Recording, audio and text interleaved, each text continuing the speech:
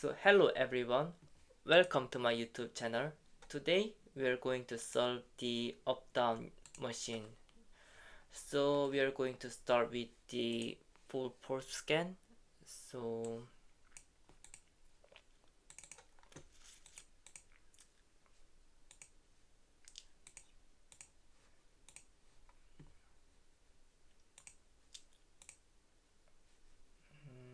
let's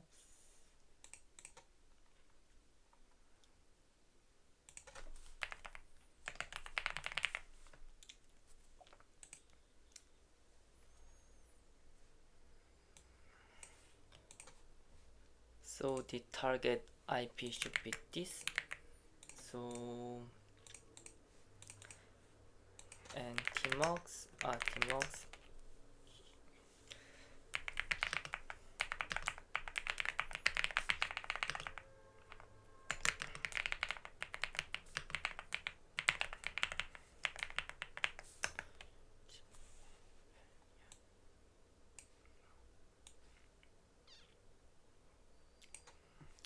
So we can find the port 2020 and 80 are open. So port 2020, which is probably SSH, and port 80, which is probably HTTP. So we'll grab the ports there, and then if you use this command, I think paste, we can filter the ports, and then we can perform the default script version detection port using this port and target tip 727.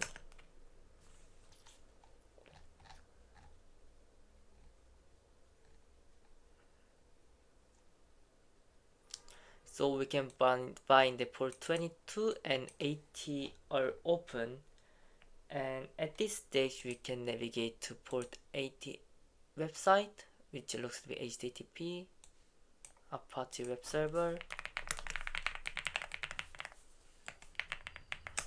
So if we navigate this, we can find this website. To check, we can find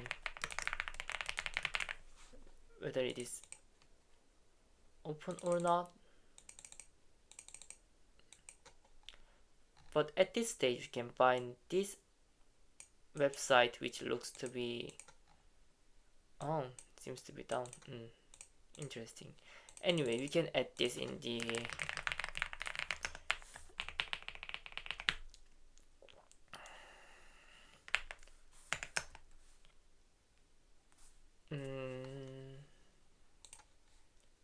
in the DNS server.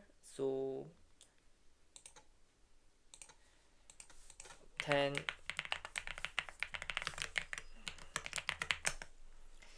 and then if we make like our site is up HTTP, we can navigate to this as well.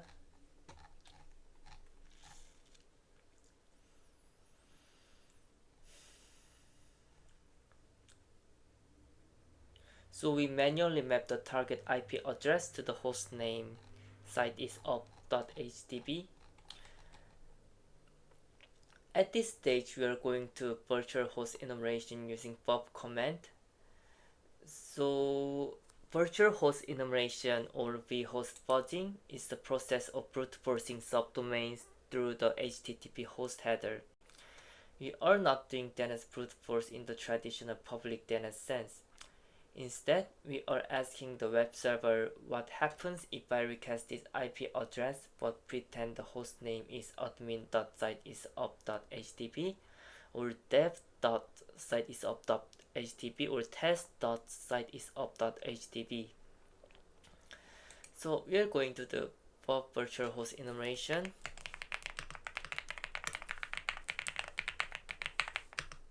And then host will be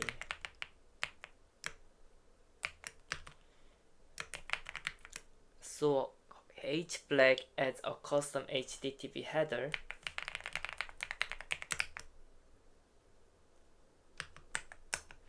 And the user shares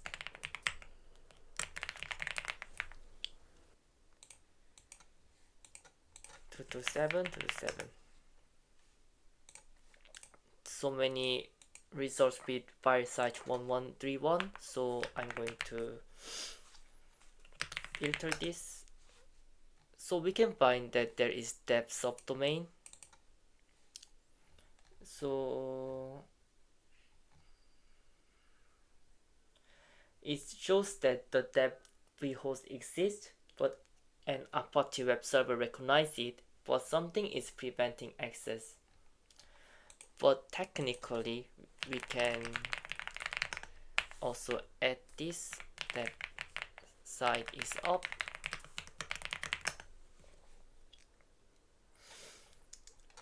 And then we can perform the directory brute force at this stage. So Gobuster dir URL should be site is up.htb. Sorry, I think. And then user share word list, seg list, discovery, web content, common txt,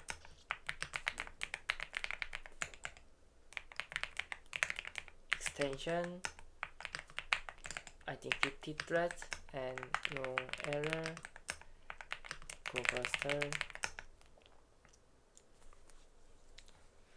So directory brute forcing is the process of requesting many possible paths and file names to discover hidden content, such as deb and something like this.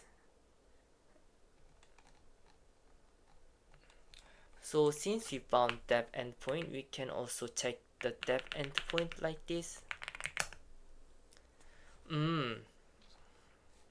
So if you check this, there are like git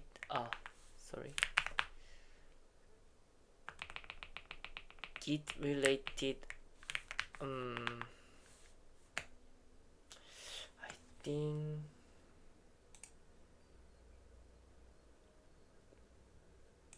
can find that there are like git related endpoints there. We can copy and paste. I think we can done like this.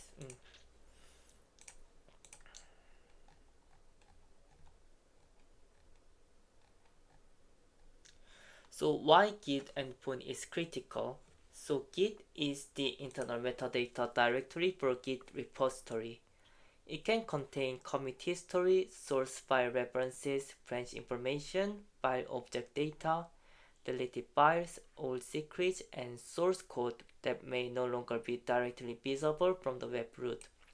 If Git is exposed over HTTP, we may be able to reconstruct the application source code.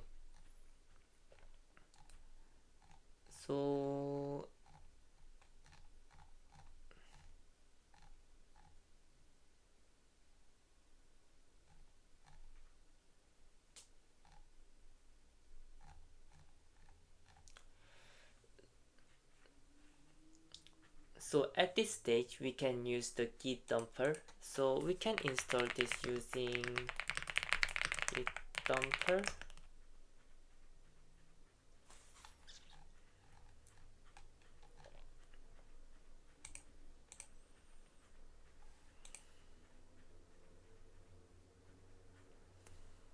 And we can verify the installation. Perfect. So git-dumper git. The exposed git metadata is located at .git endpoint, and we want to save the recovered repository into a local directory named is up that repo.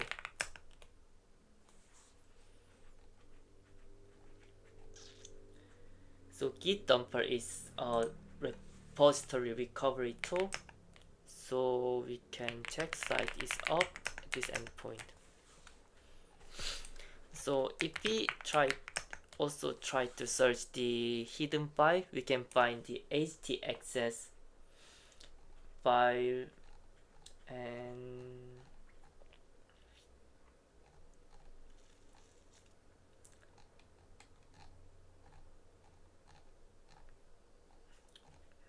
which looks to be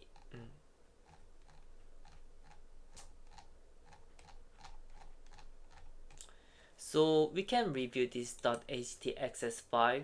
So cat htaccess. So basically the htaccess is an Apache configuration file. Developers often use it to control access, rewrite, headers, and directory behavior. Earlier, when we discovered that dev.site is up.htb, it returned 403 forbidden. This file explains why. So first, set environment if no case special dev only for dev required header lines. This line checks incoming HTTP header. Set environment if no case is if a request matches a condition, set an Apache environment variable. No case means the match is case insensitive. So the header being checked is special dev. The required value is only for dev. So if the request contains special dev colon only for dev, then Apache sets an internal environment variable named required header. So order deny allow. So this is order Apache access control syntax. It defines the order which deny and allow rules are processed. The important takeaway is that the application is going to deny access by default and allow access only if a condition met. And deny from all denies access to everyone by default. That explains why we saw 403 forbidden. Allow from environment required header. This allows access only if the Apache environment variable required header exists. And then variable only exists when we send special dev colon only for dev. So we can test the header. If we try to curl this, it says 403 forbidden, as we have seen in the subdomain enumeration process. But if we use the header special dev only for dev, then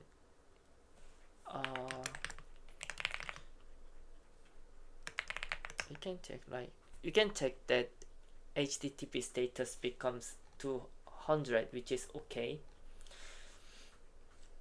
So we can find that the dev site is protected by a custom HTTP header special dev colon only for dev.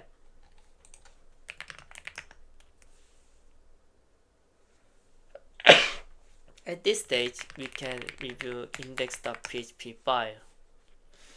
So this file controls routing for the dev application. It displays a developer message, links to an admin panel, and decides which PHP file to include. So if we also navigate this website, 403 error will be shown. So first we can see include this line. This is dangerous because user input controls what PHP loads and executes. So we can check this line by line. First, this line, it creates a link to admin. That means if you click the admin panel link, the URL become like page, I think something like this.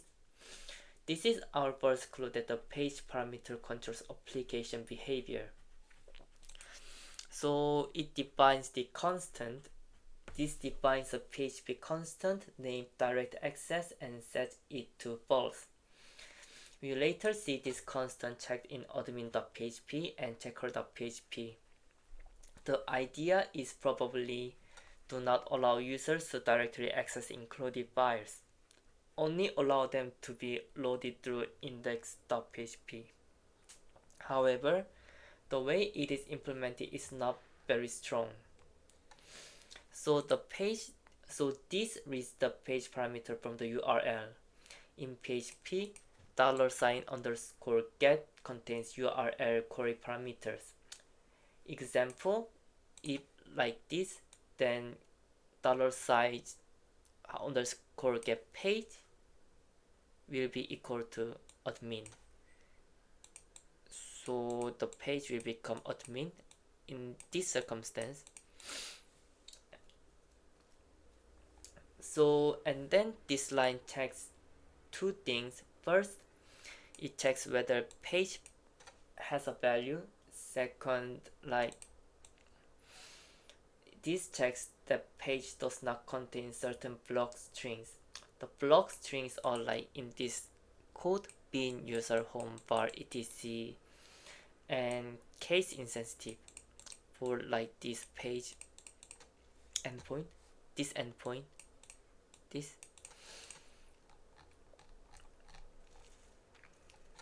So we can find that they use the blacklist approach.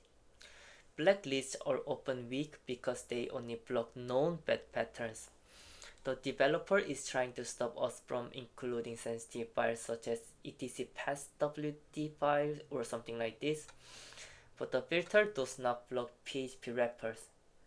Relative paths that avoid those words like phar: uploaded archive paths. Many other dangers include targets. The developer tried to block obvious Linux paths, but did not solve the real issue.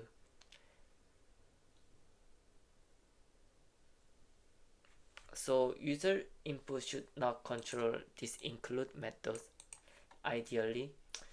This is the critical line. PHP includes a file based on user input and appends user input and append PHP. So if we request like this, it will become admin.php.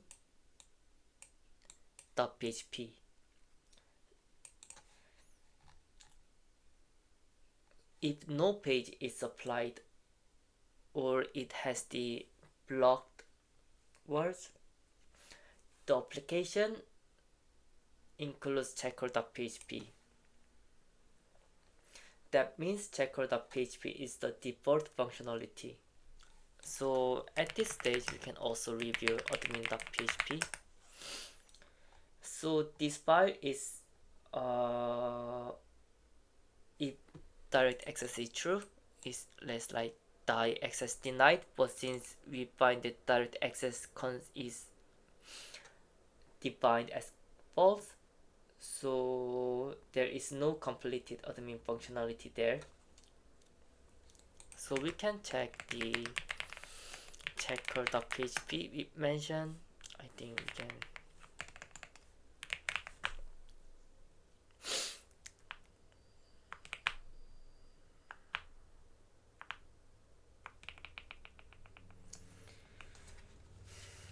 So it has the same direct access check. If direct access, die access denied.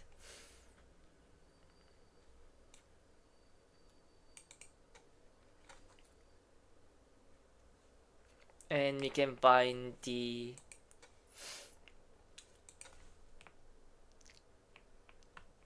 form method post and in type multi-part form data.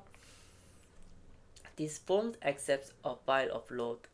So method post says like the form sends data using HTTP post, and that means the PHP script reads submission values from $_post and uploaded files from $_files. And this will be required for file upload. Without this encoding type, the browser would not send the uploaded file correctly. So we can find that the file field name is file, so PHP access it using $_files and bracket, and and single quote and file. So check type submit value check. So the submit button has name check, so it will process later like $_post bracket single quote check, something like this.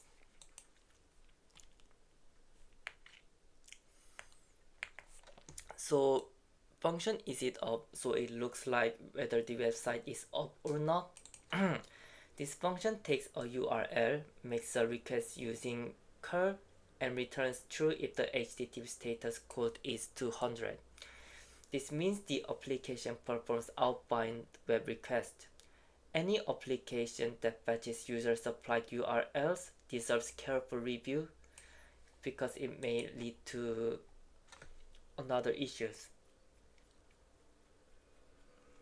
So we can find that it initializes the new curl handle and it says the target URL target. So and it sets a custom user agent. It includes response headers in the output and it follows redirect and return transfer, turn it as,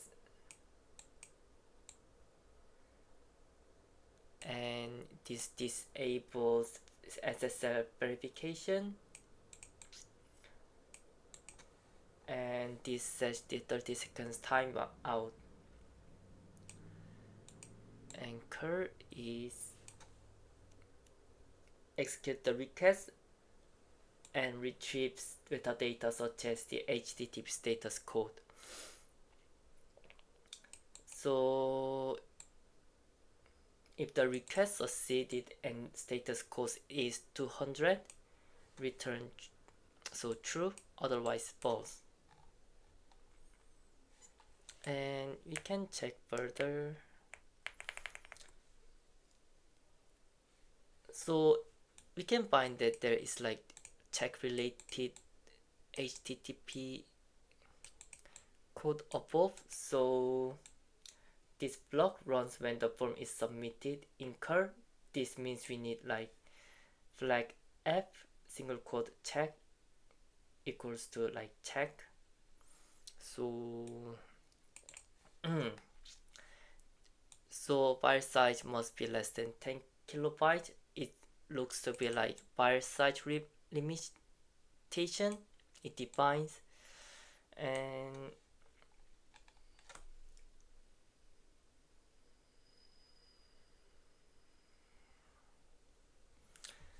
we can like check the extension, get extension, and if the extension is like py or something like this, extension not allowed.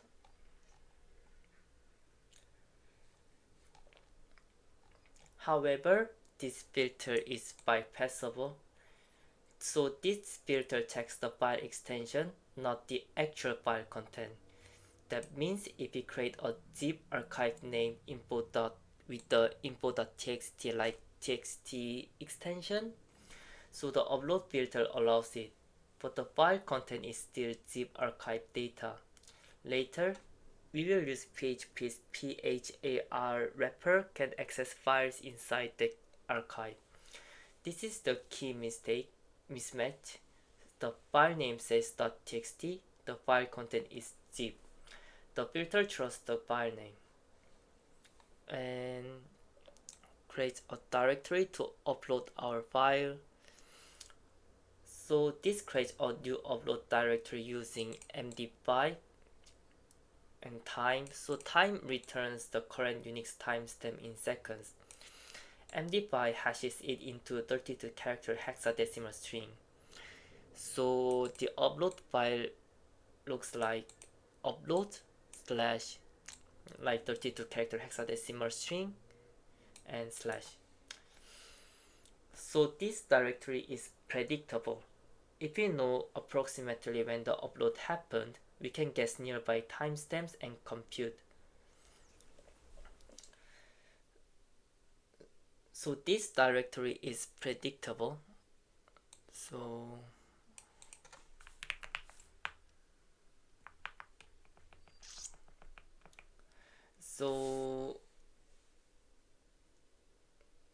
if we know approximately when the upload happened, we can guess nearby timestamps and compute. So we are moving the uploaded file to like upload. So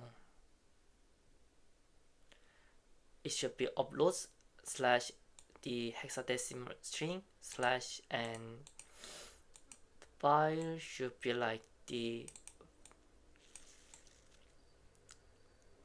this one. And if we go also further, it should be like file is file, something like this.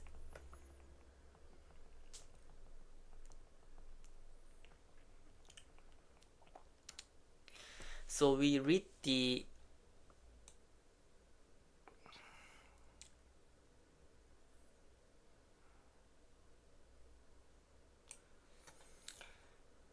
So we can find that this application reads the uploaded file as text. So it splits the file by new line. So each line is treated as a website to check. If our file is actual zip data, the application still tries to read it as text. It may output weird value, but that is acceptable. The important thing is that the file is uploaded to disk before deletion. Later we will check. So for each website as site, so if for each line in the uploaded file, the application blocks some URL schemes like file, data, FTP. This shows the developer was aware of PHP or call wrapper abuse, but the filtering applies to the contents of the uploaded file, not to the later page include parameter. Also, the filter does not block phar wrapper in the page parameter.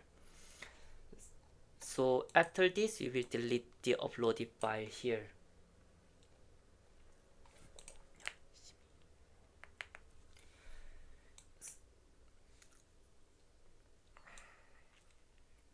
So get extension function extract the extension from the uploaded file name, and this finds the position of the last dot. If there is no dot, it returns an empty string. Otherwise, substring this returns everything after the last dot. So if there is share.php, it returns PHP. So after reviewing the source, we have a clear attack path.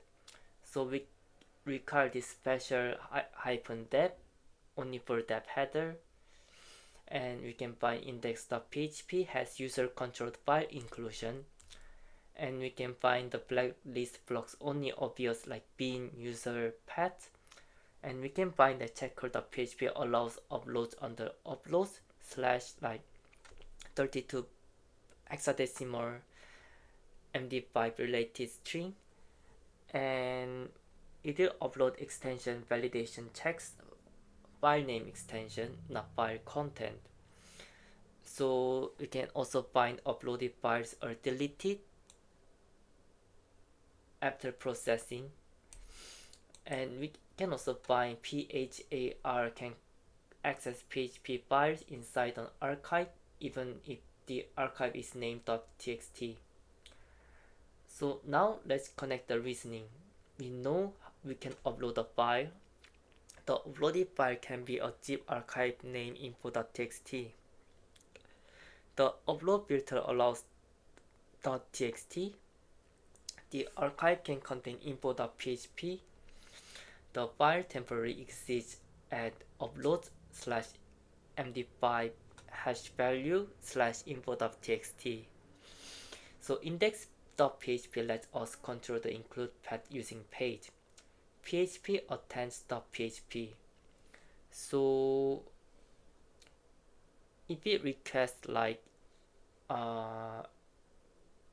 page parameter like equals to phar wrapper uploads hash info.txt slash info, then php includes dot phar wrapper with uploads slash hash slash info.txt slash info.php. That means php opens info.txt as an archive and executes info.php inside it. Because the file is deleted quickly, we raise the upload and include.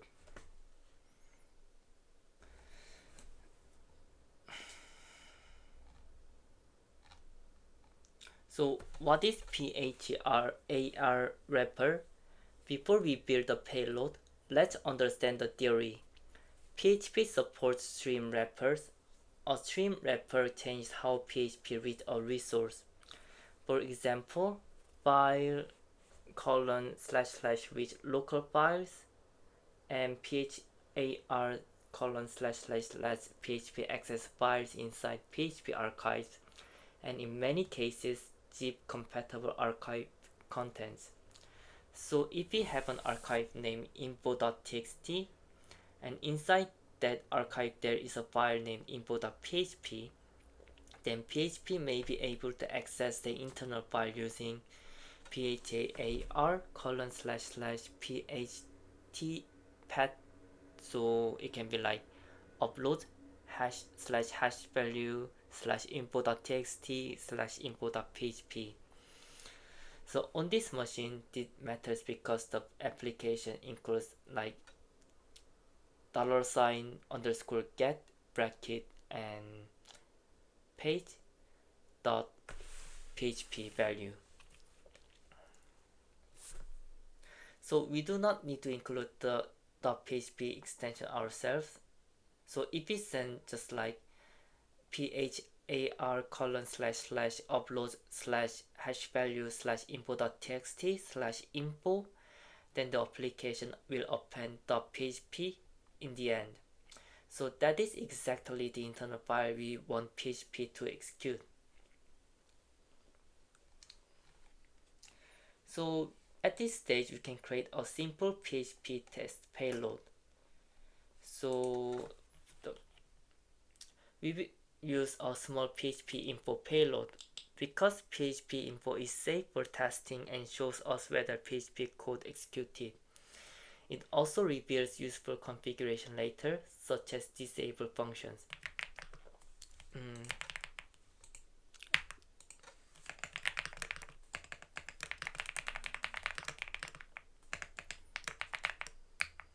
And PHP info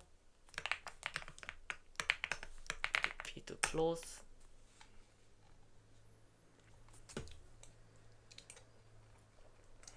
And we can create the zip archive named info.txt. This matters because the upload filter blocks .zip, but it does not block .txt. So it creates the zip archive. So if we verify this, yes, it says info.txt is zip archive data.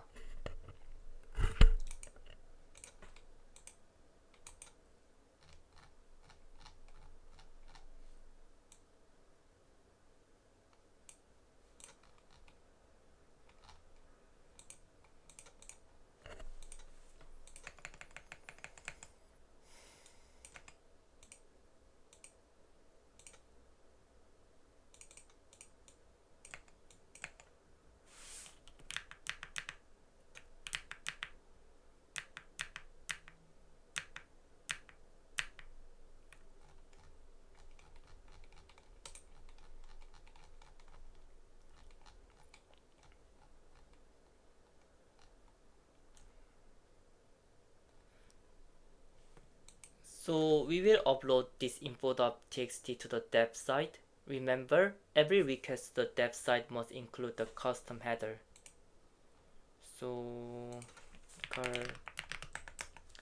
custom header only for that file.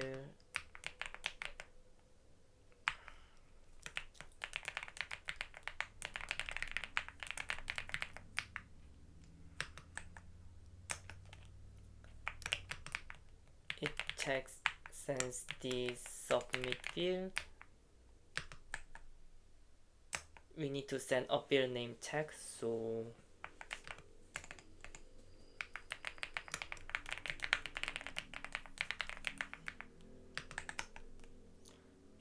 and upload response HTML.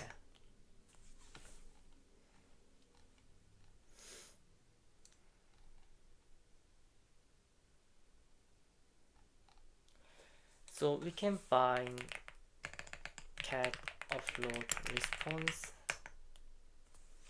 It says it seems to be down.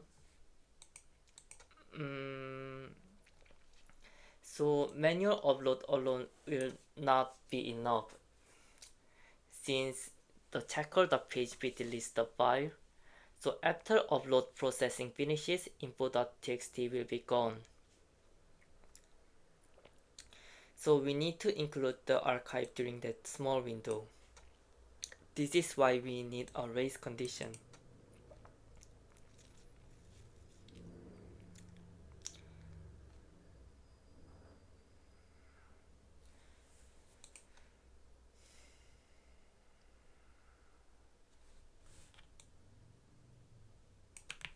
So if we check this and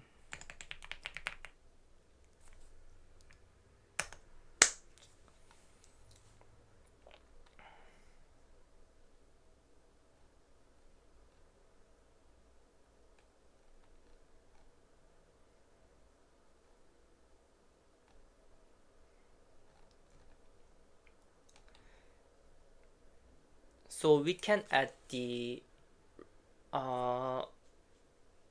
we can make the race condition race script for PHP info now. So cat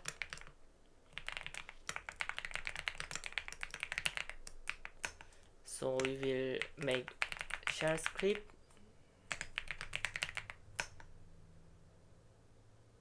and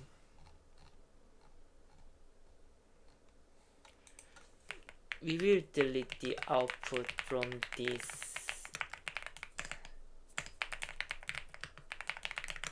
shell script later.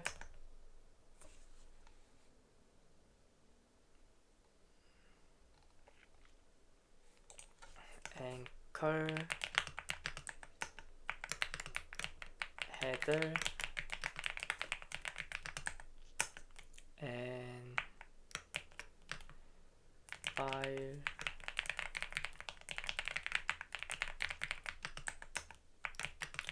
check.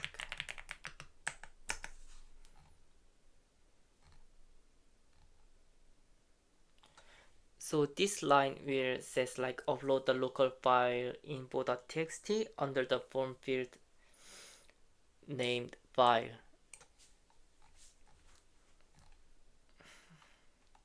And the target URL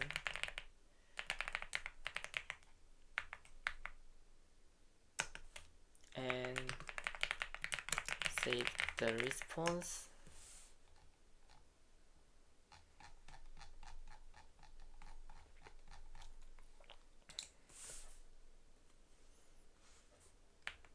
And of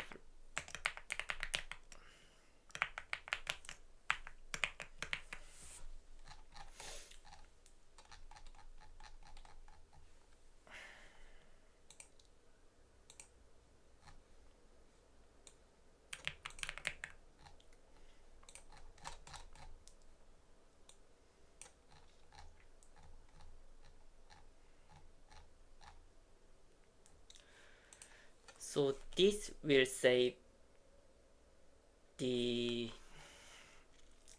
upload process ID. So $! Exclamation mark means the process ID of the most recent background command. Because our curl upload was sent to the background with ampersand, bash gives it a process ID. We save that process ID into a variable upload underscore PID.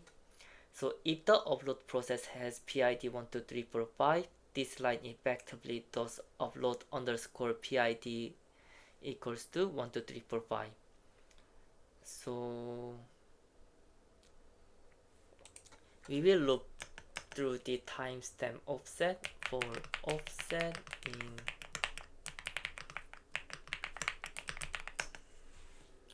So this starts a for loop.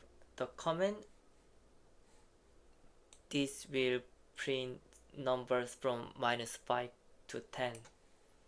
So the loop runs once for each offset. So why do we need offset? Because the upload directory is generated using something with the MD5 hash value.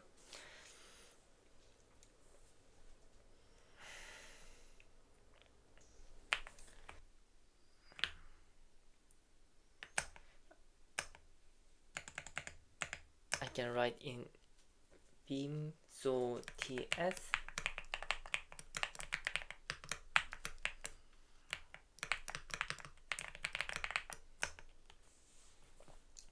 so this line calculates a possible timestamp. So date plus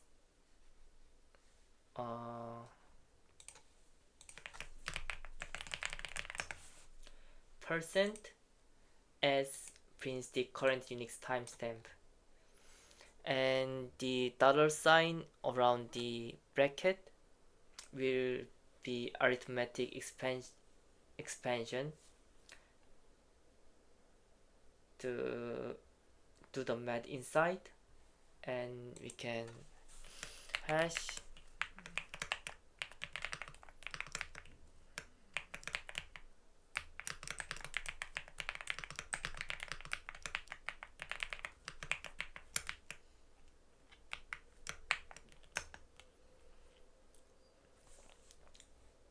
so this line turns the timestamp into an MD5 hash.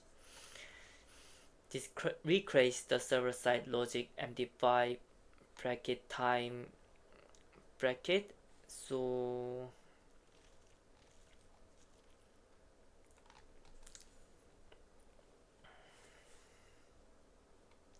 we will take this timestamp value and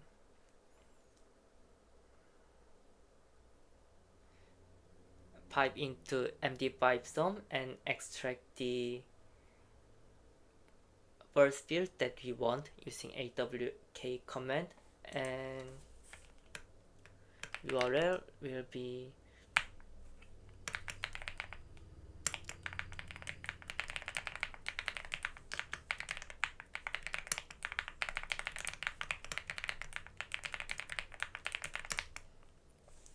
so this builds the URL that attempts to include our PHP file from inside the uploaded archive. The final URL looks like this. So dev site is up, mpjar wrapper uploads hash info.txt info, and PHP will be added later on.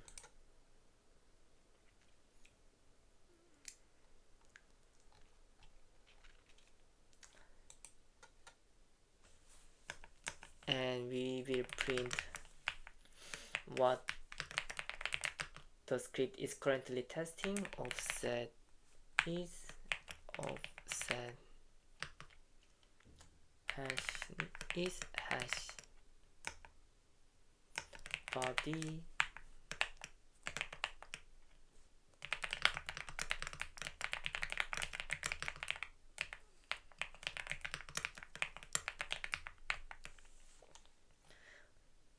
so this sends an HTTP GET request to the candidate PHAR URL.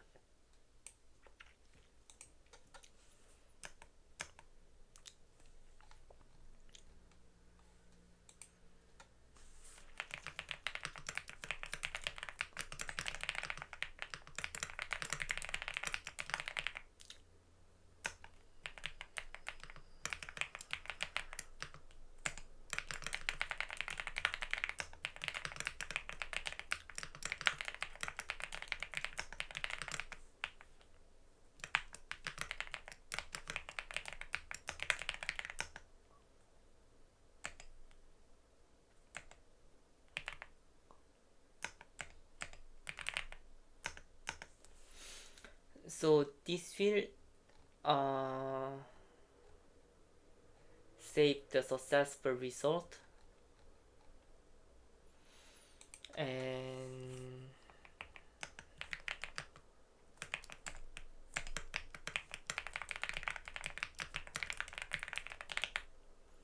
this is waiting for upload completion.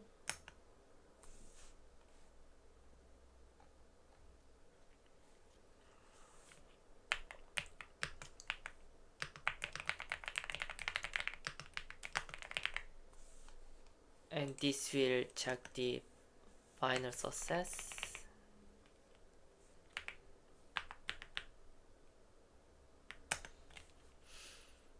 Cool.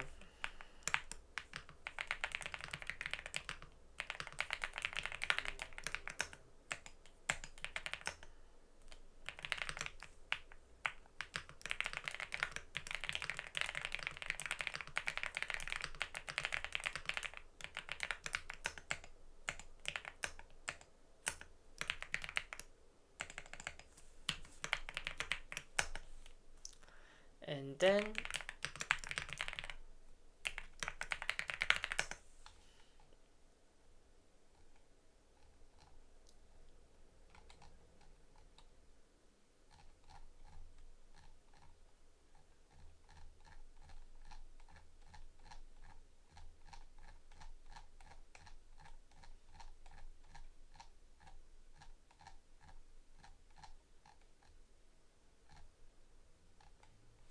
we can use this. I think by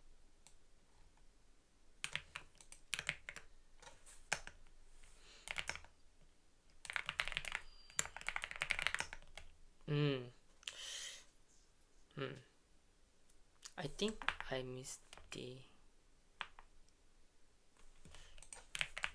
missed it done before.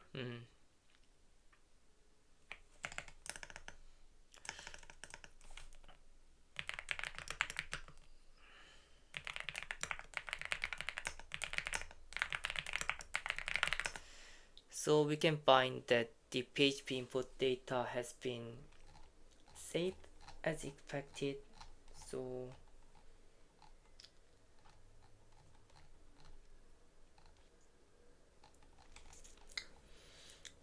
So at this stage,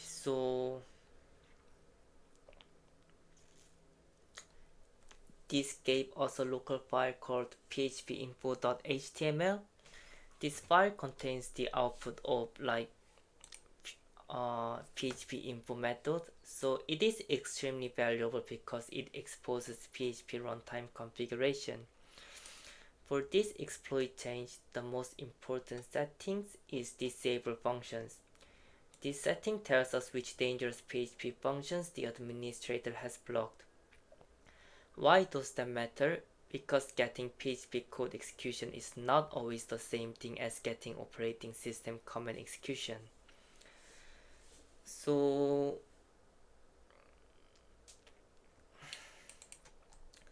we need to find which command execution functions are disabled and which execution functions are still available. That is where debug by parser.python file becomes useful.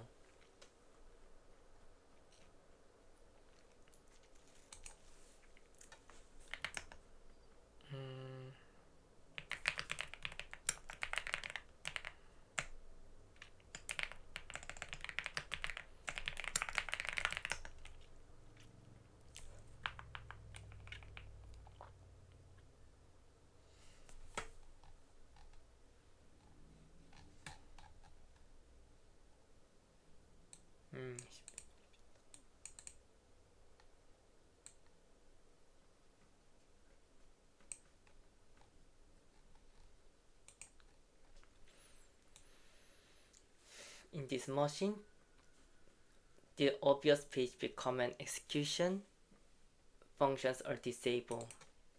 So we can check this with the debug by parser. So git clone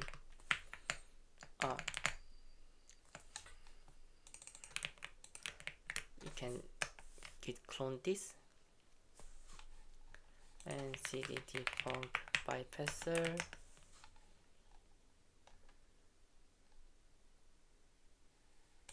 and cp.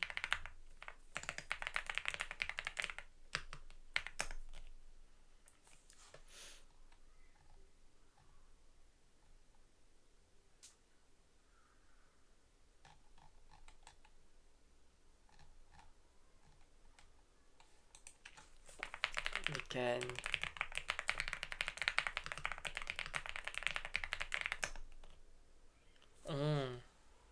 it says missing parentheses in code to print. Did you mean print?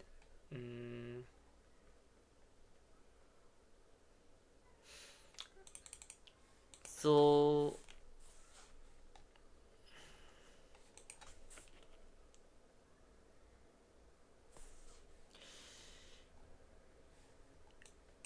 we can check debug bypasser.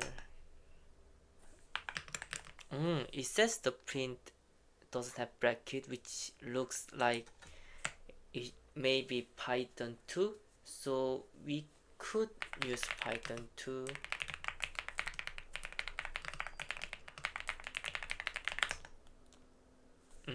But comment not found error is showing. So right now no Python 2 version is active in this share, so we can active this and 2 version, so we can check this. It says no module request, so we can also install in the current user's Python environment.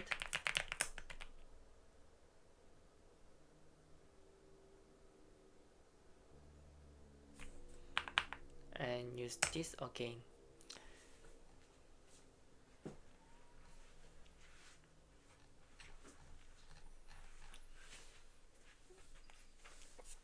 So this is the key moment. Please add the following functions in your disable functions option proc underscore open. This wording does mean that the proc underscore open is dangerous and should be added to disable functions. So from our attacker's perspective, that means proc underscore open is currently not disabled.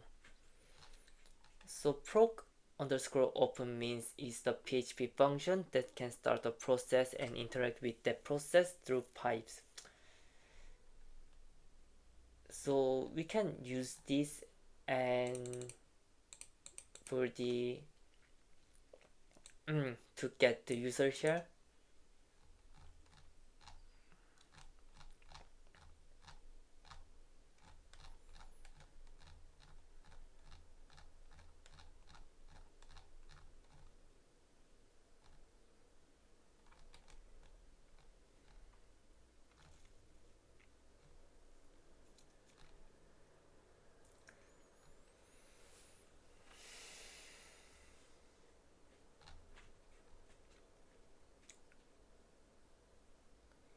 So we need to recreate the info.php at this stage. So we will create this and explain this further. Let's info.php.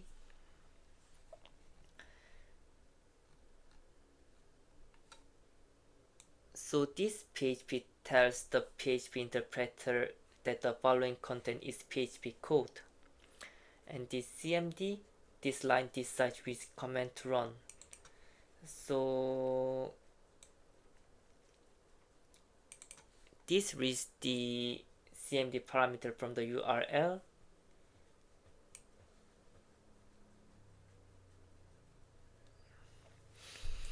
And this is PHP's ternary operator. So if get CMD it exists, use it. Otherwise, if this exists, it uses this. Otherwise, it uses ID.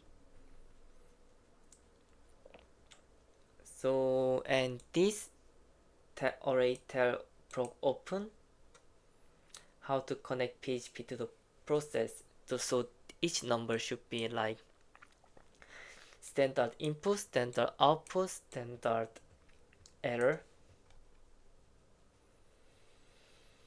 So descriptor 0 represents standard input. Pipe means PHP creates a pipe. R means the child process reads from the pipe. In this payload, we are not sending interactive input to the process, so we will close this pipe immediately after the process starts. Descriptor 1 represents standard output.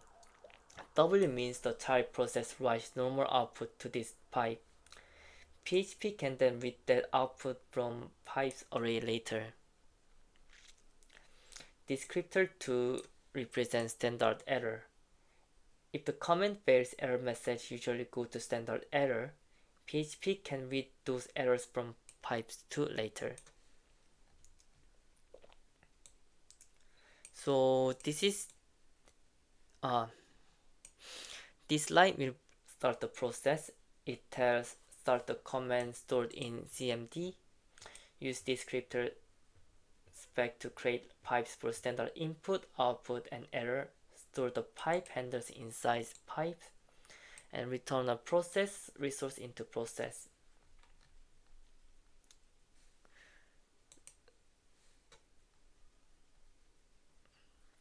So it is checking whether the process started.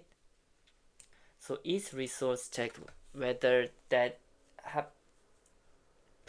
So if the process starts correctly, we read this its output.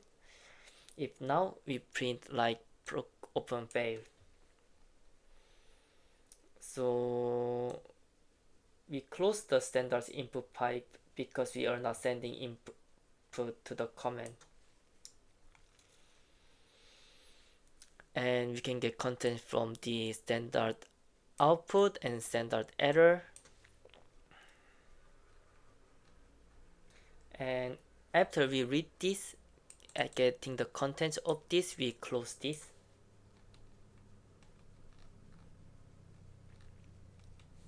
So now we are going to delete the old one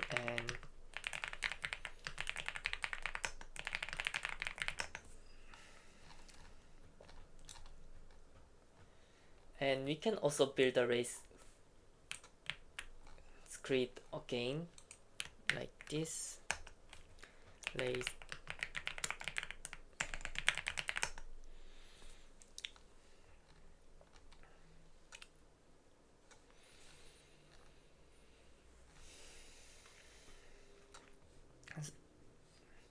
So this line decides which Linux command we want to run on the command. $1 means the first argument passed to the script. So otherwise we use ID. And this line encodes the command.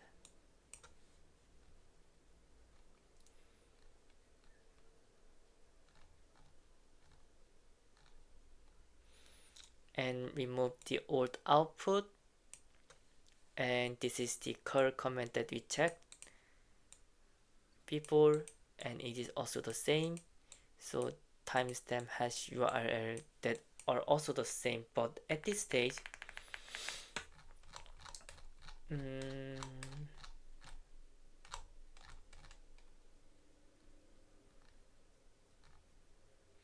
we use this CMD parameter. So our payload reads like $_get bracket single quote CMD. So this passes the command into the PHP command runner.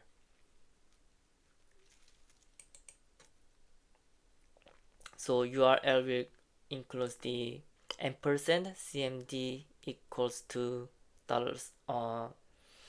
This should be the command, which is the another parameter when you run the script. And the other thing could be similar. So we will check this.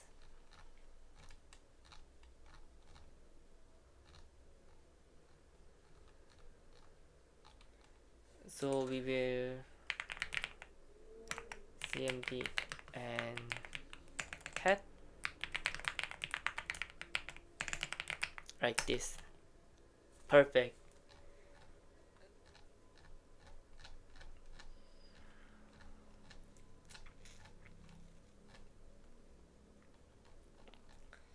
So with this command we can find the setuid binaries.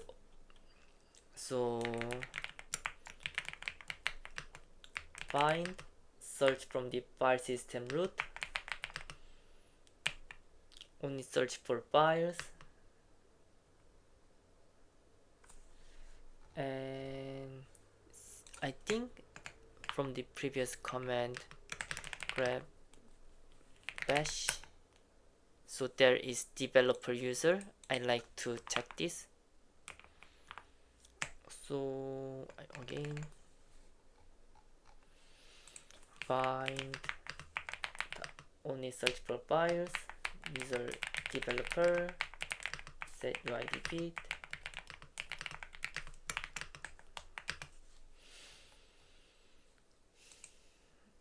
So for each matching file, run lsla and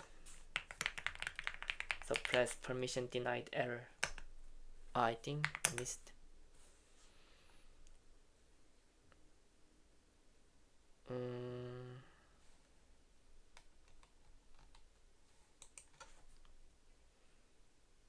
think I can.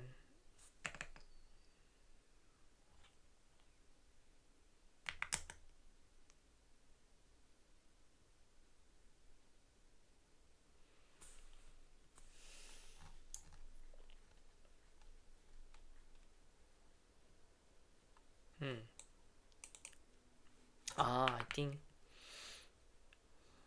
this should be the error.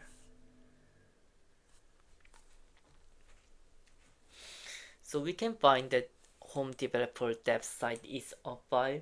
This is extremely important. The owner is developer. The permission contains S.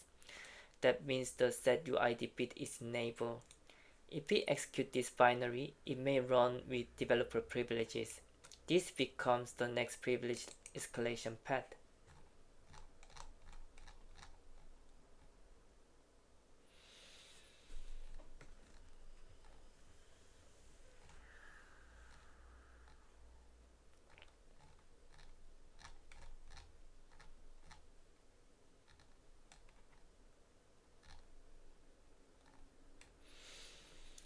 So we can list the directory related to this as a home developer dev.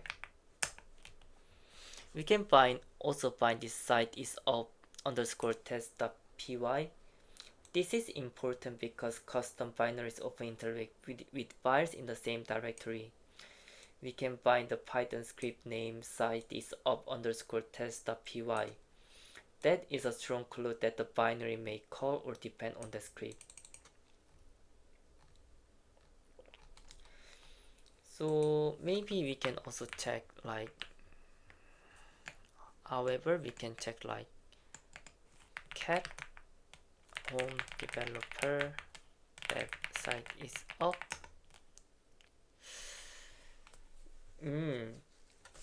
This is not the best approach, but because if we check this, it should be ELF binary, not a text file. So in this circumstance, we can use like strings instead.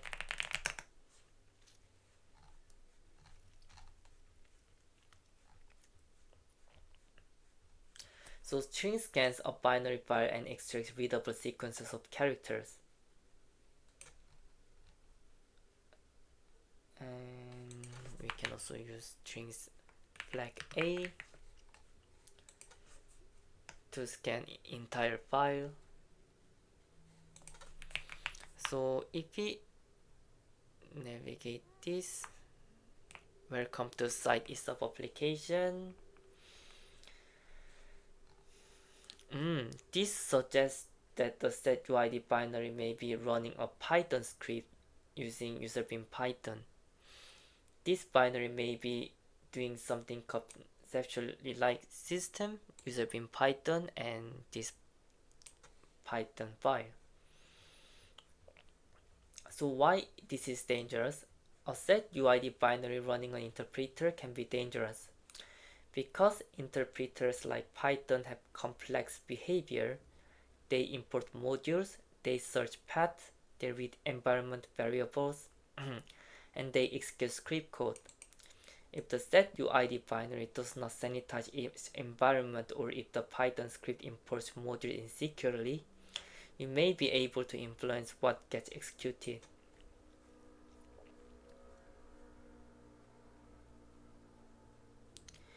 But before jumping to that, we also can inspect the Python file.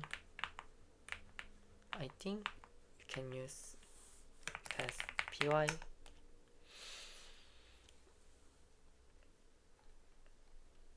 So this imports the Python request module. This is the most important line in this script. Python imports modules by searching through a list of directories. If an attacker can influence that search path, they may be able to make Python import a malicious file named request.py instead of the legitimate request library.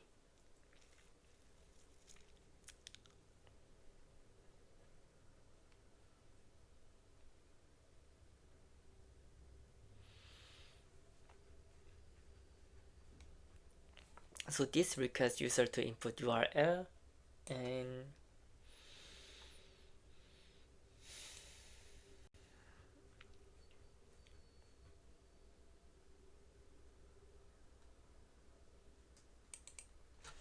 this uses imported request module to make an HTTP GET request to the URL entered by the user. So if it's 200, it is up, else it is down.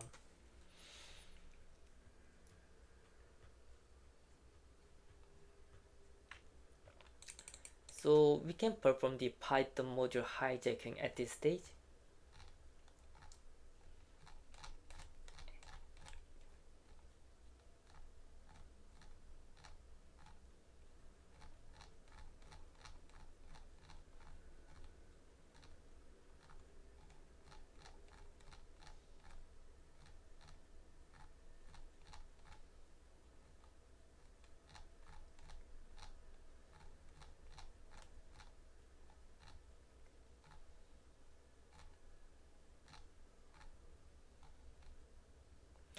So what is Python module hijacking? Python module hijacking happens when you make Python import our malicious module instead of the legitimate one. In this case, the script says import request. Normally, Python should import the real request library, but Python does not magically know where modules are. It searches up through a list of directories. If we can control one of those directories and place a file named request.py in that directory, Python may import our file instead of the legitimate library. So when Python sees the import request line, it searches through paths in sys.path. The list commonly includes the current working directory, directories from the Python path environment variable, standard library directories, and installed package directories like site-packages or dist-packages. So if Python finds /temp/request.py before the real request package, it imports /temp/request.py file. So why Python path matters? Python path is an environment variable that tells Python add this directory to the module search path. So when this Python script imports modules, check /temp as part of the search path. So if we create /temp/request.py and then run Python path equals to /temp,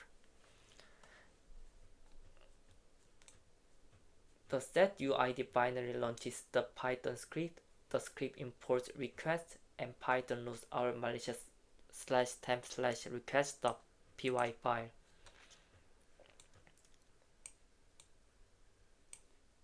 So we can use the reverse shell at this stage using our bindings.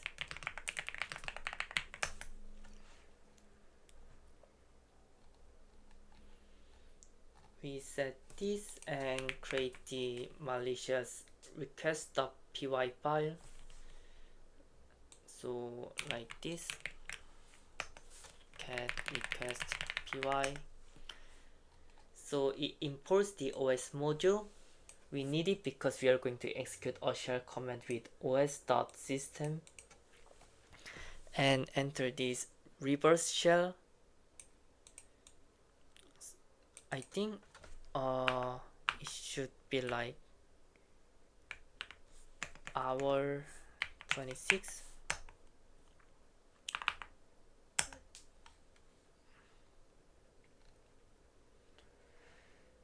So either start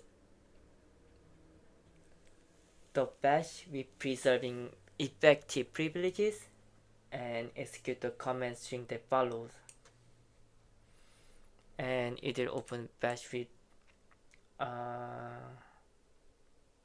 preserving privilege interactive and send standard output and standard error to the TCP connection and send standard input through the same connection.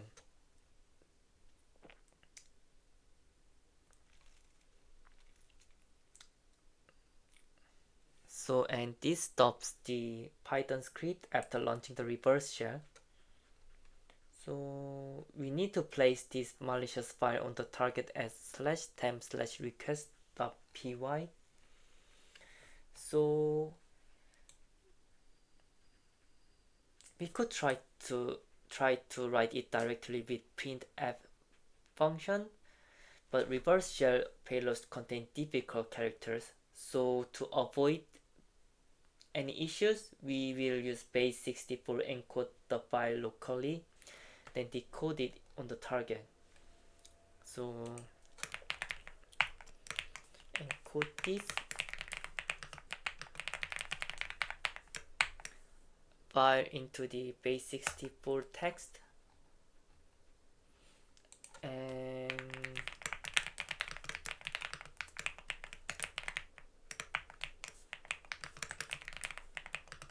decode.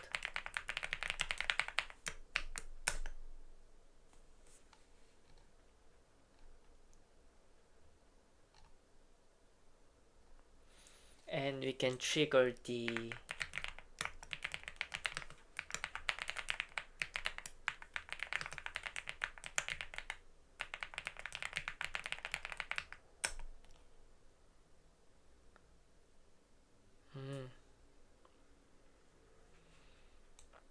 I think something becomes wrong. We can verify the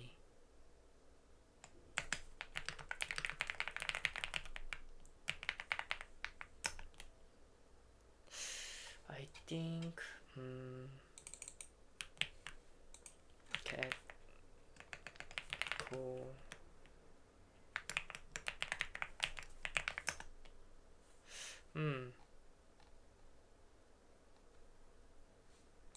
Cat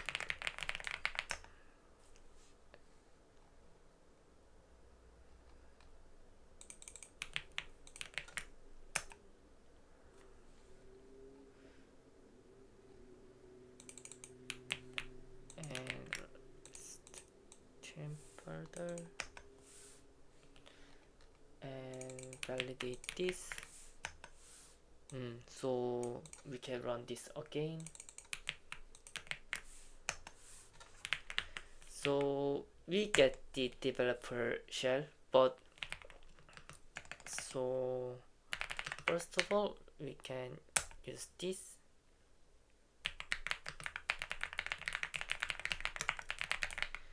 There is the I think cat local we can find this command. I think we can close this at this stage. Import v, import sys, import main.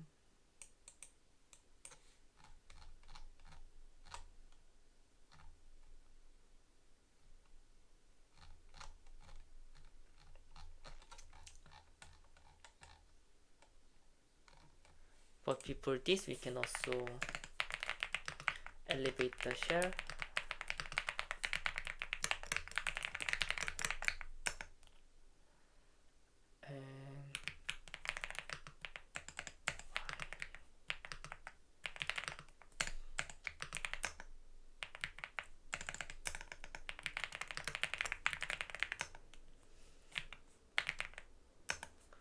And again, can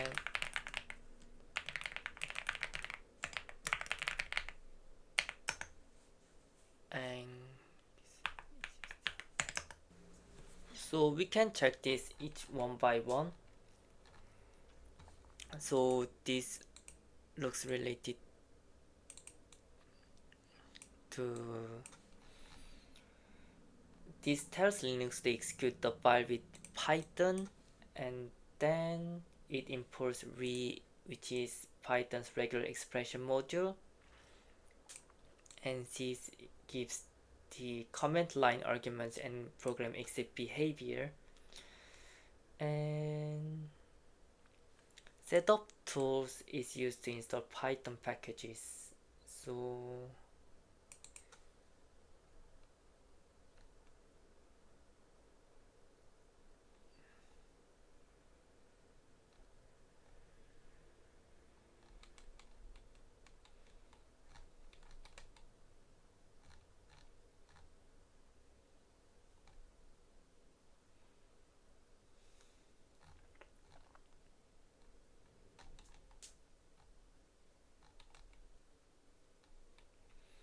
and this one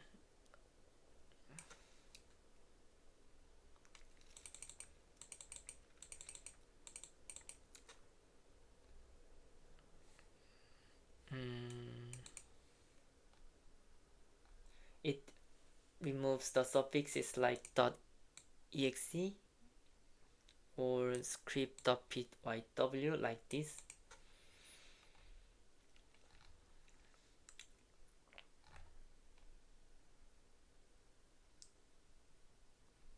So we can maybe execute.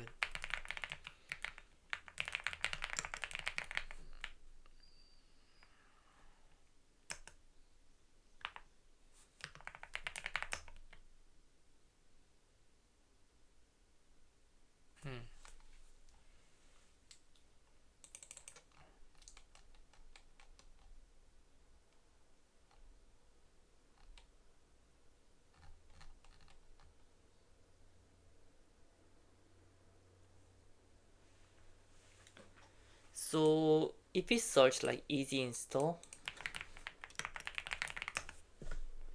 it may be related to the setup tools.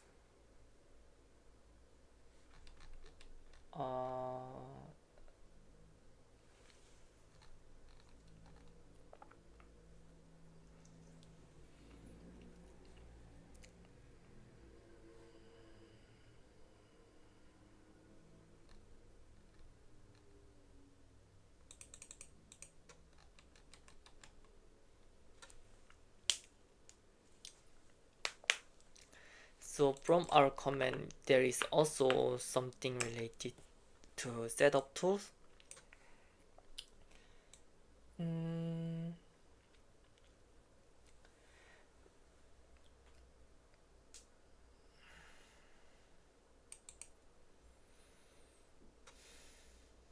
So for Python setup tools, we can potentially give up use this for privilege escalation. So if sudo easy install and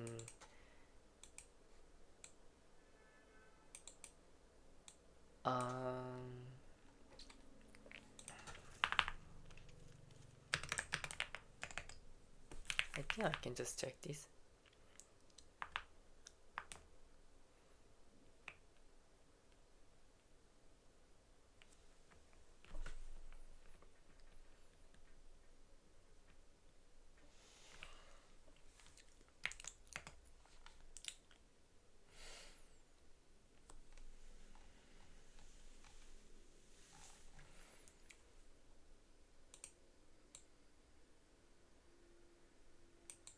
So if you run this, so easy install may run this setup.py, which is related to setup tools, and then setup.py contains my Python code, and my Python code can run as root. So we can create the bake package directory to use setup.py, mktemp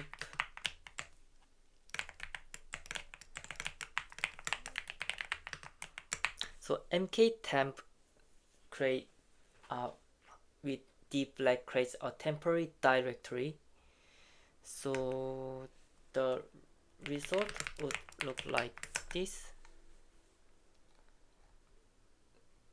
and we can create a malicious set of Python file, echo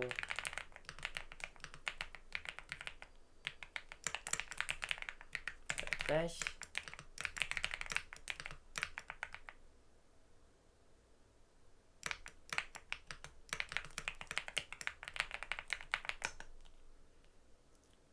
cat.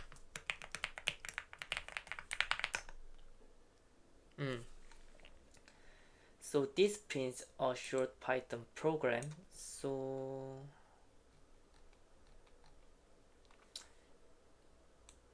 this replaces the current process with another program. In this case, it replaces the Python process with bin bash, and this is the program name, and it preserves the privileges. So at this stage we can run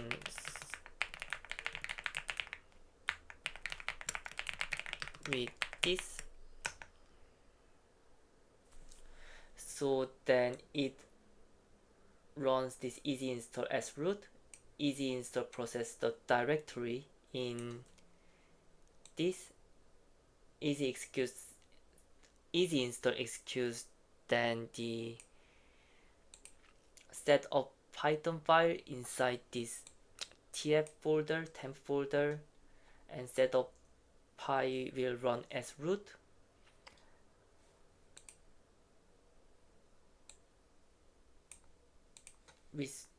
So set of py file replaces the Python with bin bash -p, which preserving the privilege, and we can get a root shell.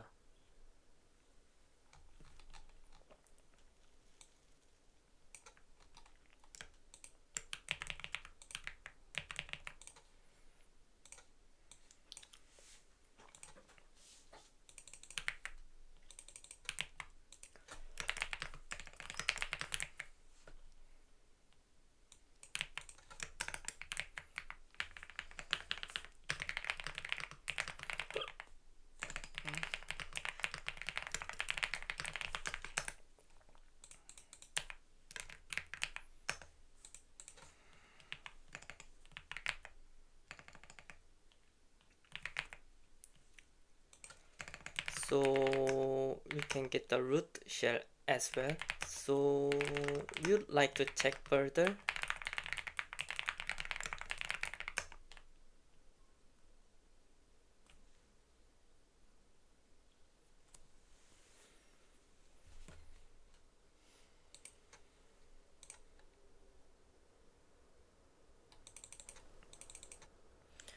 In this case, so easy install expect a package directory. So either processes the directory and executes the set of .py file inside this temporary directory. So we can get the root shell.